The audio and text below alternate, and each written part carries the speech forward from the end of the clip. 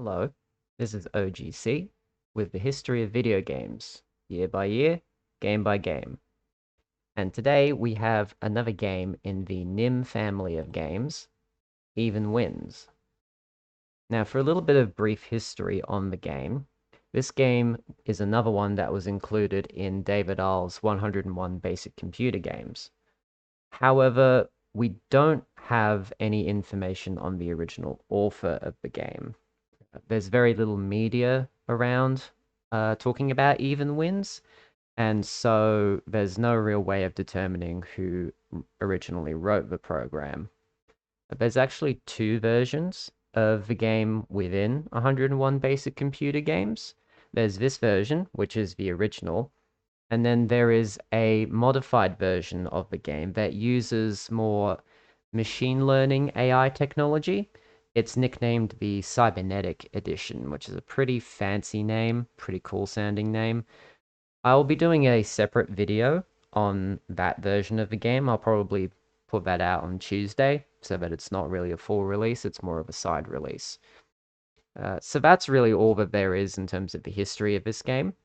Getting into the game itself, Even Wins, as I said, is from the NIM family of games, which is your two players and a pile of objects, and each player takes turns removing objects from that pile, usually with the objective of trying to force your opponent into taking the last object.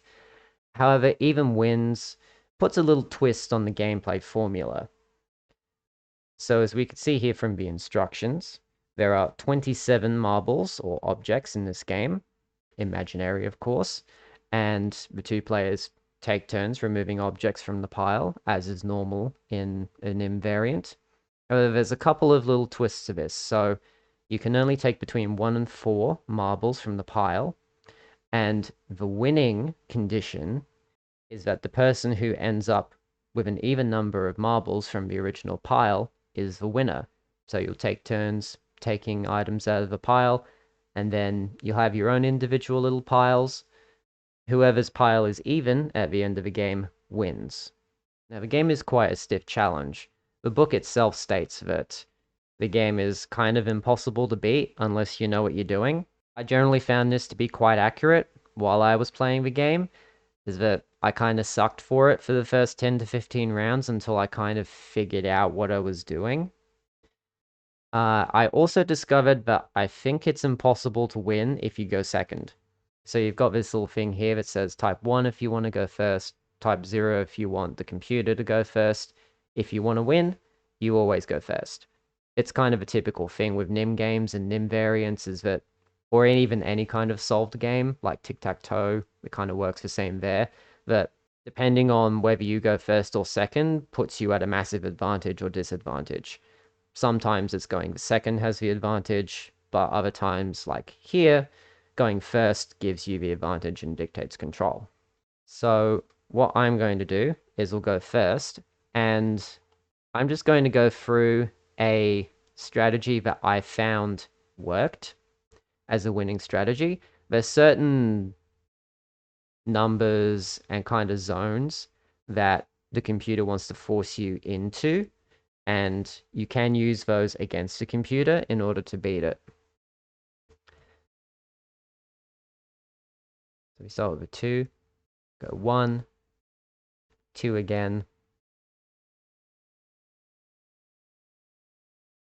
See, when we get the total to 11, 11 is a pretty significant number for when you're going first, because that allows you control over the game. Because what you want to do at this point is get the total in the pile to like 6 or 7, because then that gives you control over the end game. So what I want to do is take 4 marbles, and he's going to go 6, and then what I want to do is go 1.